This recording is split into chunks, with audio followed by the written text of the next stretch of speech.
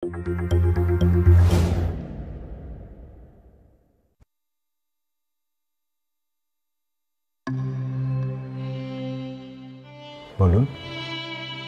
আপনার নাম কি মতিউর রহমান? হ্যাঁ, আমি মতিউর রহমান। বলুন, কিভাবে সাহায্য করতে পারি? আমার নাম মিহিন। মিহিন? মিহিন রহমান। বাবা, আম্মু তোমাকে বকতেছে, শুনে যাও তো কি বলে। তোমার মাকে রিমোটের সেটিংটা একটু বুঝিয়ে দাও তো মা, আমি আসছি। আমি পারবো না। হ্যাঁ, কি কি যেন বলছিলে? মিহিন, মিহিন রহমান। হ্যাঁ, বলো কি বিষয়ে এসছো? আপনি তো পেশায় একজন অ্যাডভোকেট, তাই না? জি, তুমি ঠিক ঠিকানাতে এসছো। বলো কি সমস্যা? এখানেই বলবো? আচ্ছা, না না না, ঠিক আছে, আসো ভেতরে আসো।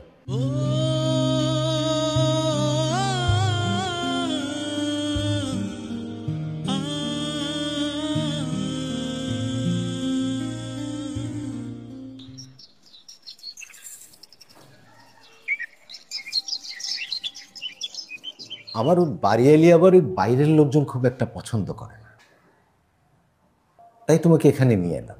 কিছু মনে করো না বাবা। আরে বসো।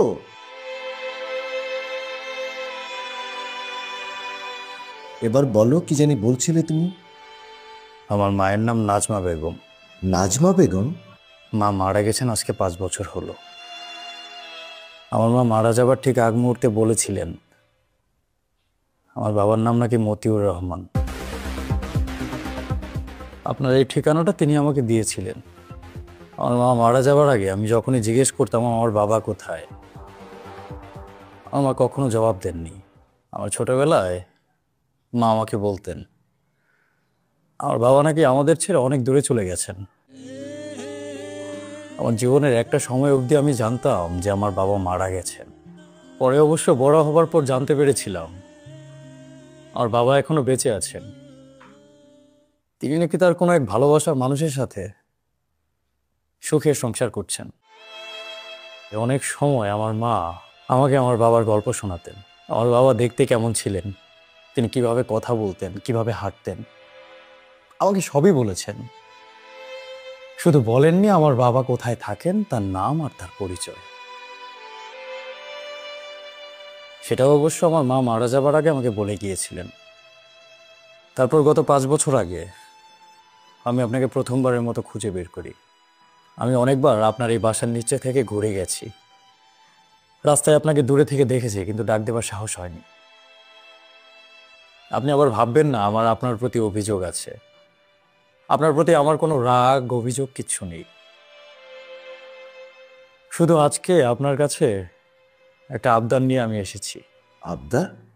জি, আবদার। আমি তো জন্মের পর থেকে কখনো আমার নিজের বাবাকে দেখিনি। আমার স্কুলে আমার সব বন্ধুদের বাবা যখন তাদেরকে স্কুলে দিয়ে আসতেন, আমার সাথে কখনো আমার বাবা যাননি। গ্র্যাজুয়েশন কমপ্লিট করার পর আমার সব বন্ধুদের বাবা মা এসে সবাইকে মিষ্টি খাওয়াচ্ছিলেন, কিন্তু আমার পরিবার থেকে মিষ্টি খাওয়ানোর মতো সেদিন কেউ ছিল না।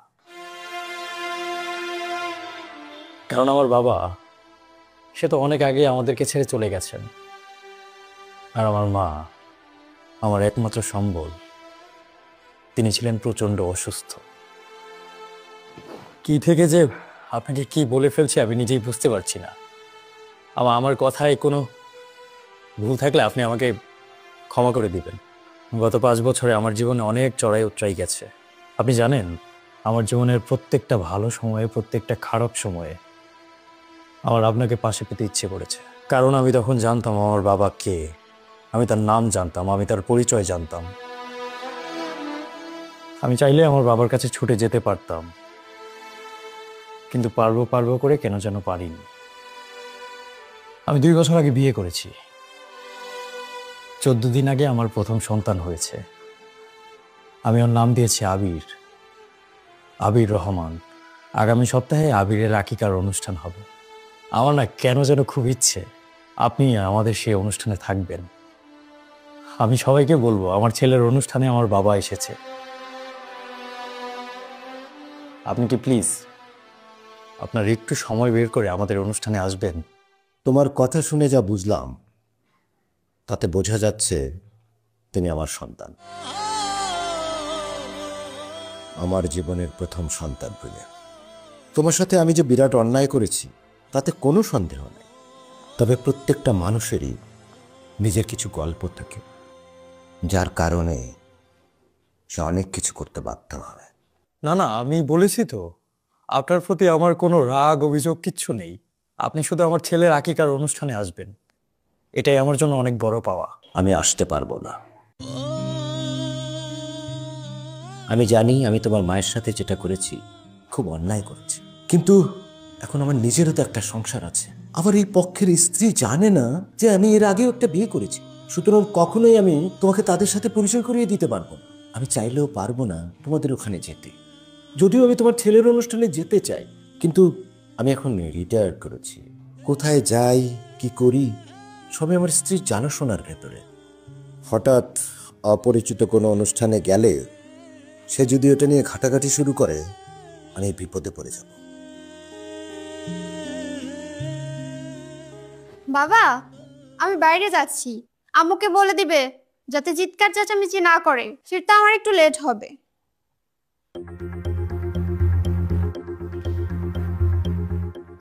বাবা, উনি কে?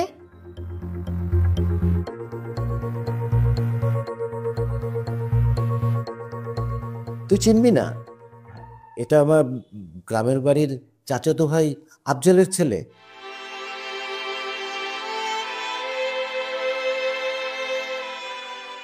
আচ্ছা ঠিক আছে, আমি বেরোচ্ছি।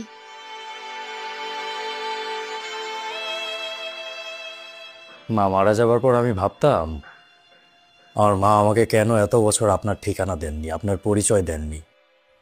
আজকে আমি বুঝতে পারছি আমার মা কেন এতগুলো বছর আপনার পরিচয়, আপনার ঠিকানা আমাকে দিতে চাননি। আগে আমার খুব করে আফসোস হতো কেন আমার বাবার পরিচয় আমার কাছে নেই, কিন্তু আজকে না আফসোস হচ্ছে যে কেন আপনার মতো বাবার পরিচয় আমার কাছে আছে। এখন আমার মনে হচ্ছে আপনার মতো বাবার পরিচয় যদি কোনোদিন আমার কাছে না থাকতো, আমার জন্য হয়তো সেটাই অনেক বেশি ভালো হতো। আমার নিজের না দেখা না জানা বাবাকে সারাটা জীবন অন্ধের মতো ভালোবেসে যেতাম, সারাটা জীবন এই আফসোসেই কাটিয়ে দিতাম যে আমার বাবা হয়তো খুব ভালো একজন মানুষ ছিলেন, তিনি আমার কাছে থাকলে হয়তো আমার কষ্ট আরো অনেকটা কমে যেত। আজকে নিজের উপর প্রচন্ড আফসোস হচ্ছে, নিজের উপর রাগ হচ্ছে, নিজেকে মারতে ইচ্ছা করছে, কারণ আমি এতগুলো বছর একটা ভুলের উপর দাঁড়িয়েছিলাম। আপনার মতো জন্মদাতা পিতার সাথে হয়তো কোনোদিন দেখা না হলেই আমার জন্য অনেক বেশি ভালো হতো।